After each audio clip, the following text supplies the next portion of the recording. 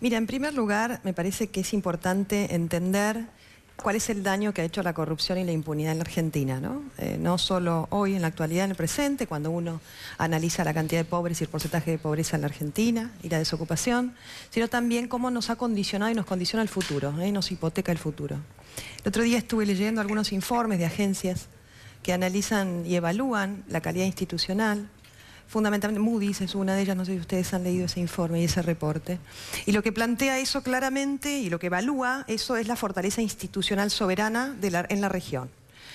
Y lo que te dice es que la fortaleza institucional soberana es determinante en la evaluación de los créditos, de la evaluación de los perfiles crediticios de los países que integran esta región.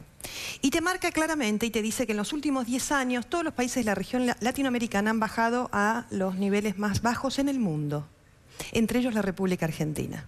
Exceptúan solamente Chile y Uruguay. Entonces, ¿qué te quiero decir con esto? Que la estructura de corrupción e impunidad, la mafia que nos gobernó durante 12 años en la República Argentina, nos está condicionando.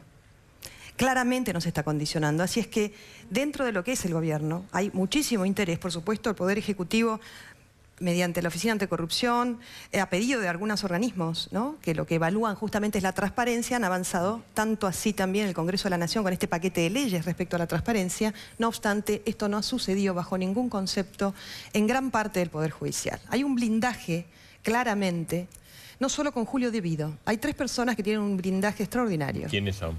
Julio De Vido a la cabeza. Vos bien decías 135 causas, estamos hablando de 38 delitos que a mí me gustaría enumerarlos porque son realmente increíbles, pero también está Ricardo Echegaray y Aníbal Fernández, van de la mano. Y hay un blindaje, sí hay un blindaje interesante y se nota mucho más, y se ha notado mucho más en esta última causa, donde Martínez Di Giorgi les dictamina la falta de mérito.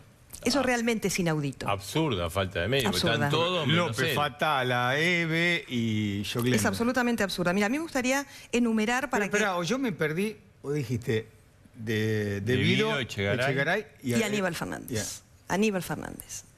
Claramente hay un blindaje de protección e impunidad. Y ustedes me preguntan, ¿por parte de quién? Del Poder Judicial. ¿En cabeza de quién? En cabeza del presidente de la Corte Suprema. Ninguna duda. Respecto a estas 3 personas... Y respecto a cómo, por ejemplo, cuando un grupo de personas de la Cámara van al juzgado de Servini de Cubría y le quitan, esto no salió en casi ningún lado, la causa de Fútbol para Todos, donde ella iba a llamar a indagatoria, esto fue un viernes, martes siguiente, a Aníbal Fernández. Entonces estamos hablando de un blindaje de impunidad a personas que le han garantizado muchos negocios a muchos, y que le han garantizado la vista gorda en determinadas cuestiones, en el caso de Ricardo Echegaray. Ahora, cuando nosotros hablamos de Julio De Vido, ¿de qué estamos hablando? Estamos hablando de una persona que fue puesta en un lugar determinado y creado a su medida por el anterior presidente de la Nación, Néstor Kirchner, y luego esto lo continúa Cristina Kirchner, que no tenía muy buena relación, pero entendió de qué se trataba esta estructura, ¿no?, de negocios que manejaba Julio De Vido.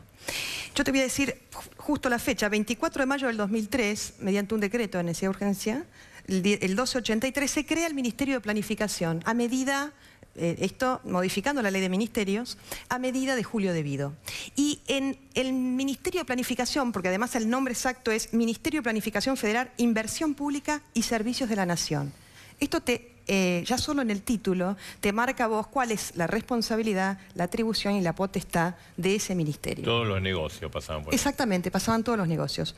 Decreto siguiente crea además y dice que la Secretaría de Obra Pública, que dependía anteriormente directamente de la Presidencia de la Nación, iba a quedar bajo la órbita del Ministerio de Planificación.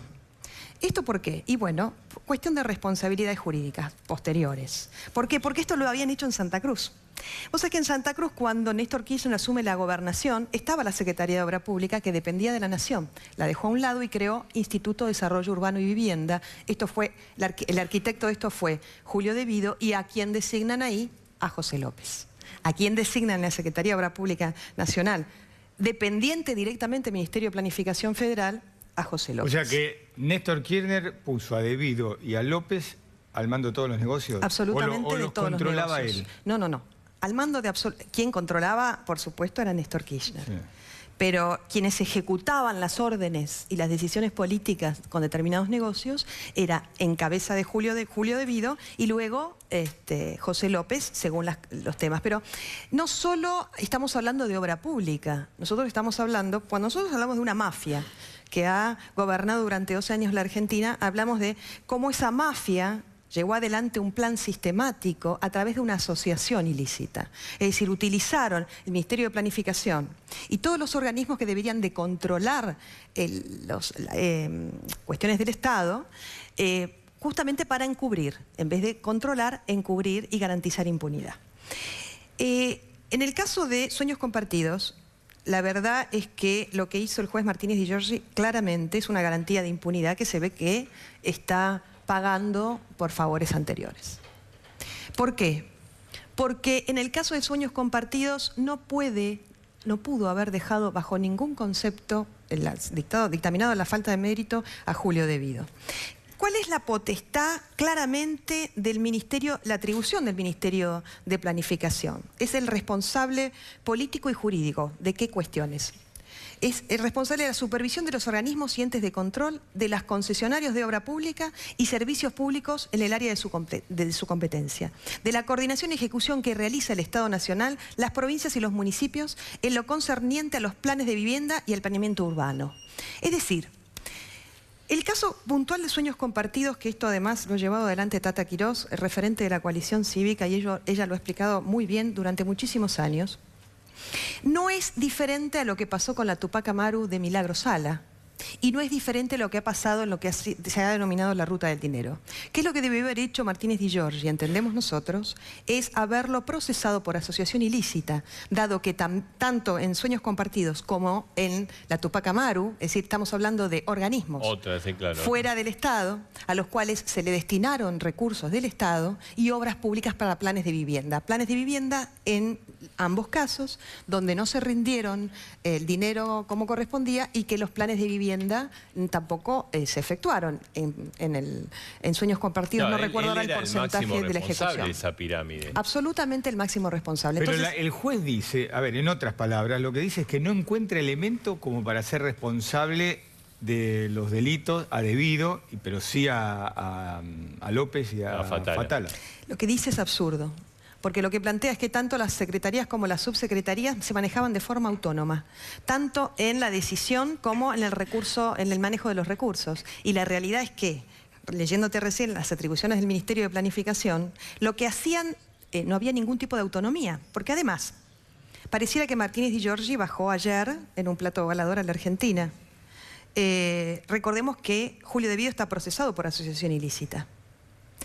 Entonces, en ese procesamiento por asociación ilícita, ¿qué es lo que plantea Policita? Policita, cuando hace este entramado, te dice que esto fue un plan sistemático, constante y reiterado, a través del cual, mediante el Ministerio de Planificación, se llevaron adelante determinados ilícitos contra el Estado. No solo en materia de obra pública, porque cuando nosotros hablamos respecto a todo lo que tenían en su cartera el Ministro de Planificación, hablamos de petróleo, hablamos de lo que fue la importación de fuel oil y gasoil, de la triangulación con la embajada paralela en Venezuela. Estamos hablando del juego también a través de Cristóbal López, también estaba bajo la órbita de... tema de subsidios también, exactamente, ¿no? El tema de los subsidios, todo lo que era obra pública, planes de vivienda y vial.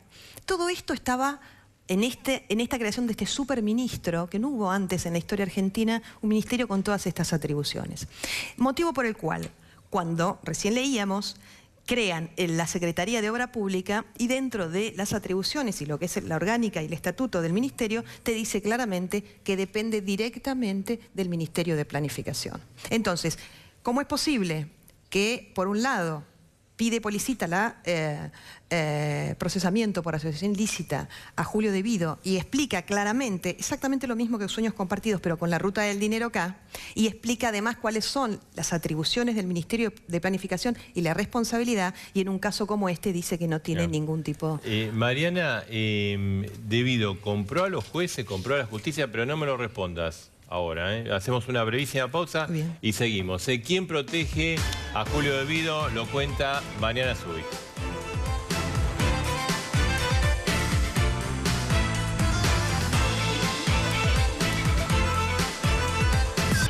Bueno, estamos con Mariana Zubi. ¿Quién protege a Devido? La pregunta que le dejamos, ¿compró a los jueces Devido?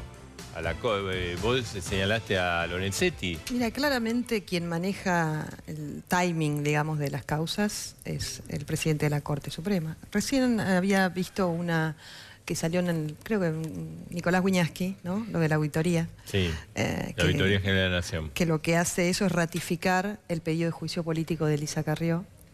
100 páginas, más de 23 causales. A ver, el blindaje de impunidad siempre es a cambio de algo, ¿no? Lo que hemos visto en la Argentina hasta ahora ha sido en realidad la ley al servicio del poder. Y tenemos que cambiar eso por el poder al servicio de la ley. ¿Y los empresarios también lo protegen? ¿O tratan de cubrirlo? Hay un sector importante que sí. ¿Cómo que no? La verdad que sí. Porque él era quien otorgaba las licitaciones de forma absolutamente discrecional. Ahí tenés un cartel que refleja cómo está organizado esto. Esto es la asociación ilícita, esto es la asociación ilícita en lo que fue la ruta del dinero acá. Acá te marca claramente cuál era este pulpo, que era el Ministerio de Planificación, hasta dónde llegaba, y de qué se trata una asociación ilícita, que es lo que nosotros planteábamos, y quiénes eran la cabeza de esa asociación ilícita, estos en la ruta del dinero acá, y los organismos de control que estaban al servicio de esta asociación. El Ministerio de Planificación, como decíamos, cómo fue que lo modificó, tenía Vialidad Nacional a su cargo, la Cámara de la Construcción, recordemos quién estaba allí, que significó la cartelización de la obra pública porque modificaron el estatuto. También estos lo que traía era los sobreprecios en la obra pública, y aquí falta la Secretaría de Obra Pública, donde estaba José López. Lo que decíamos también, el tema que tenía que ver con Lotería Nacional, con el juego con Cristóbal López, la Secretaría de Energía, donde le otorga las áreas a Lázaro Báez y a Cristóbal López. Pero me gustaría poder enumerar los 38 delitos por los cuales está en las 135 causas de Julio Devido. Y te diría que tenemos casi todo el Código Penal. Defraudación a la administración pública, defraudación por administración fraudulenta, malversación de caudales públicos, enriquecimiento ilícito, cohecho, asociación ilícita, estafa, abuso de autoridad, coacción agravada, encubrimiento, violación a los deberes de funcionario público, usurpación de autoridad, negociaciones incompatibles con el ejercicio de función pública, amenazas, exacciones ilegales, falsificación de documentos públicos, evasión, asociación ilícita con peligro de vigencia de la Constitución Nacional, resistencia o desobediencia a funcionario público, violación de correspondencia agravada, nombramientos ilegales, y así sigue. Son 38 delitos. ¿Y los delitos, digamos, las causas que él tiene? Las causas que él tiene son 130. Yo acá traje un informe, pero... Para no leerlas las 130. Para no leerlas las 130, la mayoría. Vinculadas a obra pública, todo lo que es energía, etcétera, es donde está Julio Devido en la cabeza. Te quería hacer una pregunta de Santa Cruz. Sí. Cristina, el kirchnerismo más duro y los medios de comunicación K, ¿están blindando a Santa Cruz para que se sepa poco y nada lo que está pasando? Porque ni siquiera en el conflicto docente lo escucha a Yasky hablando de Santa Cruz demasiado. ¿Hay un blindaje? ¿En Santa Cruz? Sí. Absolutamente lo hubo siempre. La cooptación de los medios de comunicación, si no hubiese sido por medios nacionales, ustedes que pueden visibilizar, y de hecho lo que nosotros hicimos, poder visibilizar la corrupción, fue gracias a los medios nacionales. ¿Y qué está pasando ahora? Ahora no digo en este momento, digo, ¿qué pasa? ¿Por qué Alicia Kirchner no hace un plan que pueda... No se dejan ayudar. Y eso es lo que va a seguir sucediendo. Porque lo que le plantea el gobierno nacional, obviamente, es tratar de ayudar... Y en realidad no se trata de una cuestión de dinero en la provincia. ¿Que el gobierno nacional intervenga a la provincia para Están buscando llevar esto hasta el punto... Para ellos es mucho más barato el conflicto que la paz, siempre. Y así lo han demostrado en 12 años de gobierno nacional y en casi 30 años en Santa Cruz. Pero es peligroso. Claro que sí, pero es donde mejor se manejan. Ellos son los gerenciadores y gestores de los conflictos, promueven el conflicto y navegan muy bien políticamente en el conflicto. Y llevan esto hasta el punto final donde se puedan seguir victimizando, que es la única herramienta que les queda hoy, porque la verdad es que estamos viendo ya la descomposición final. Bueno, pero Alicia Kirchner le tiene que pagar, la gente no puede seguir sin cobrar su sueldo. Por supuesto que no, y además ya se comieron 2 meses. Y lo que hacen con esto es bicicleta financiera. Yo lo dije anteriormente, el Banco de Santa Cruz debería de ser intervenido. Mariana, gracias. Gracias por estar esta gracias. noche.